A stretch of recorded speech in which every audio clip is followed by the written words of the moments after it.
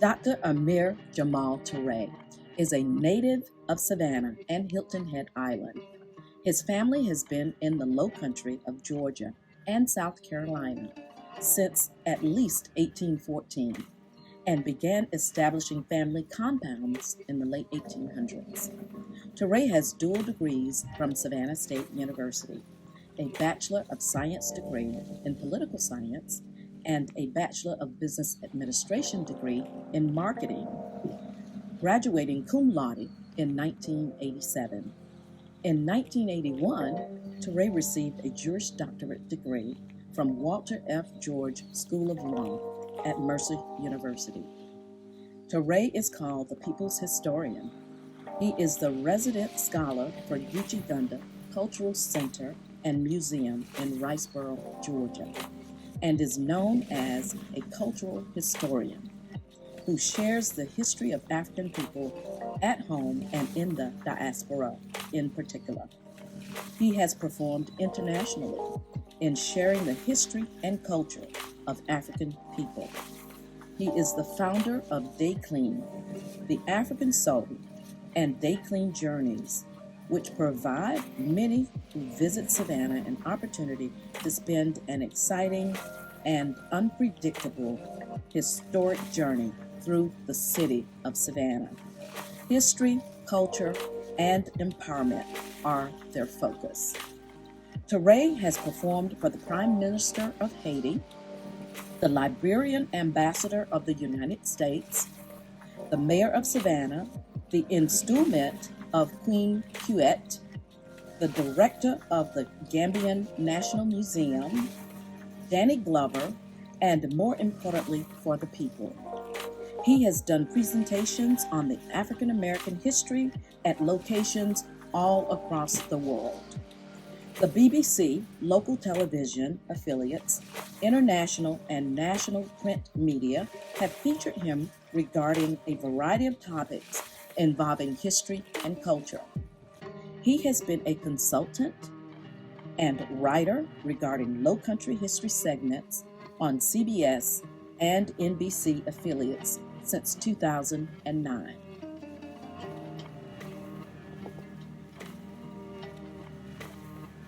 Since 2010, he has written and provided Black History Month moments for the local NBC affiliate. He was appointed by the U.S. Department of Interior as a commissioner on the Gullah Geechee Culture Heritage Corridor Commission. Turay formerly served on the Wisdom Circle Council of Elders for the Gullah Geechee Nation, representing Georgia on the council. He is currently an adjunct professor here at Savannah State University and a professor at Georgia Southern University in the Criminal Justice and Criminology Department. He has received numerous awards. This year alone, he has been the recipient of the 30 Southern Heroes Award by Garden and Gun Magazine, Leadership Award from the Greater Georgia Black Chamber of Commerce, and he has received the Social Justice Champion Award for the Bluffton Hilton Head MLK Observance Committee, as well as the Hall of Fame inductee at Herschel D. Jenkins High School. I could go on and on, however, we would be here all day.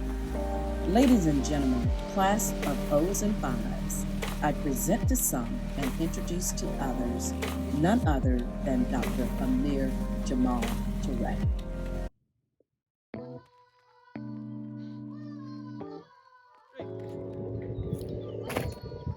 Young Grove, Mapo, Savannah States, Ile Aye.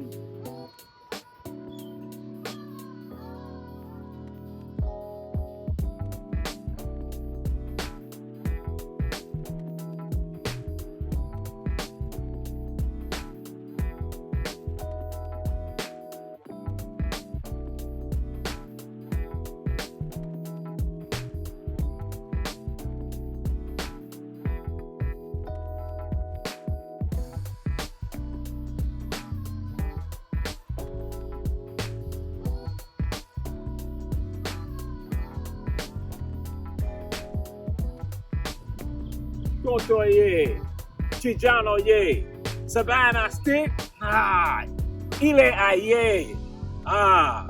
We were there in heaven, and God Almighty said to we, let's we, Spirit, go down there and let the children know of their greatness. And we say, yeah, Rob, oh Lord, we came down the Burju Alamasi, the Tower of Diamonds, and we come to the Mapo, the sacred trees, and we step upon the land that you call Savannah State, but we know we call it the City of Life, because on November 26, 1890, that was called the greatest day in the history of black people in the state of Georgia. The birth of Savannah State. And so what the state of Georgia realized, that there must be a flagship school for African people in the state of Georgia. Savannah State. Yes, Savannah State is a flagship school for the state of Georgia. And yes, we understand the greatness of the children of Richard R. Wright. You are the embodiment of greatness rising always. You rise to the heavens. And we have come here to this great soil, this hallowed soil. And we look and we smile when the spirits go to the Mars. And they look and they see some of the first black mayors in Chatham County. Now, some of you will say Floyd Adams, Otis Johnson, Edna Jackson, Van Johnson. No, it is one called Cyrus G. Wiley, the second president of Savannah State. Oh, you didn't realize when I say City of Life, that Savannah State at one time was called Industrial College Town. Savannah State was a town, and they elected a mayor and city council member, town council members. And the first mayor was Cyrus G. Wiley, the second president of Savannah State. Who had the genius for this? The father of all, Richard R. Wright, the great man. Oh, some do not understand that there is no institution in this country that can say that their first president created a holiday, inspired a holiday, a federal holiday. Not Dr. King's birthday. It is called National Freedom Day on February 1st, Richard R. Wright. Oh, when you are on this hallowed ground here, you can look to a place called Howard University, Bennett College in Greensboro, North Carolina, FAMU. You can look to Lincoln University in Missouri, and you can see that presidents have been inspired by Richard R. Wright, your first president.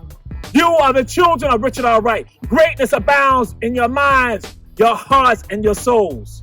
Yes, we're on a sojourn here on the sacred place called Iliaye, the City of Life.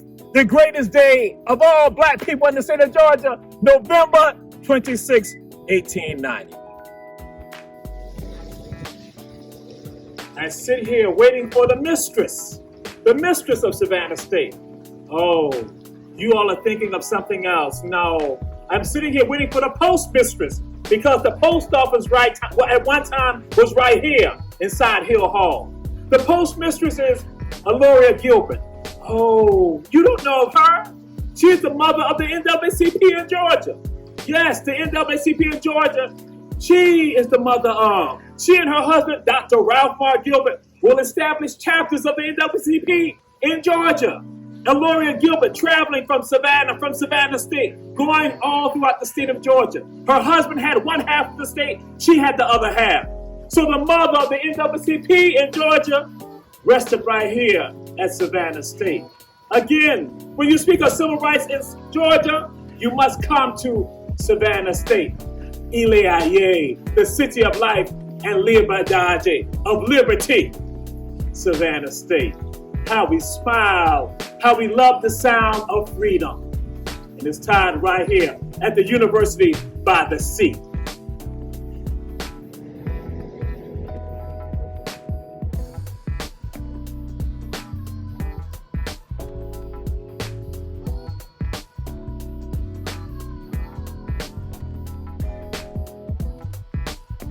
The children remember you, brethren. They remember you. And your vision has come true. Your vision.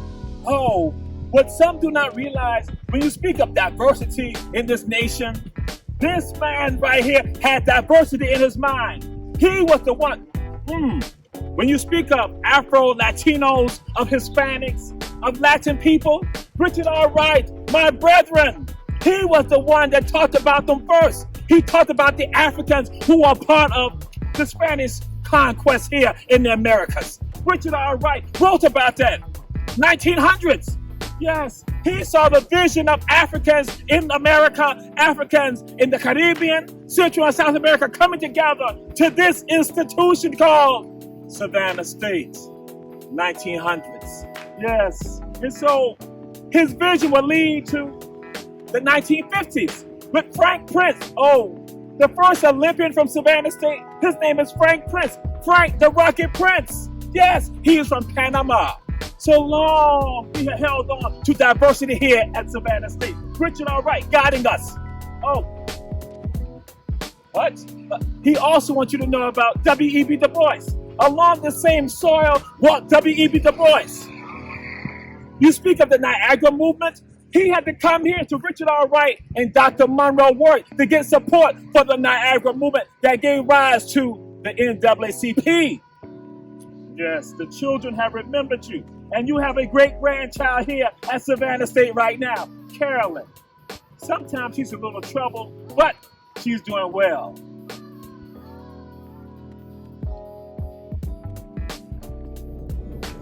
Wait, we've come here. I look for the peacock. Where's the peacock?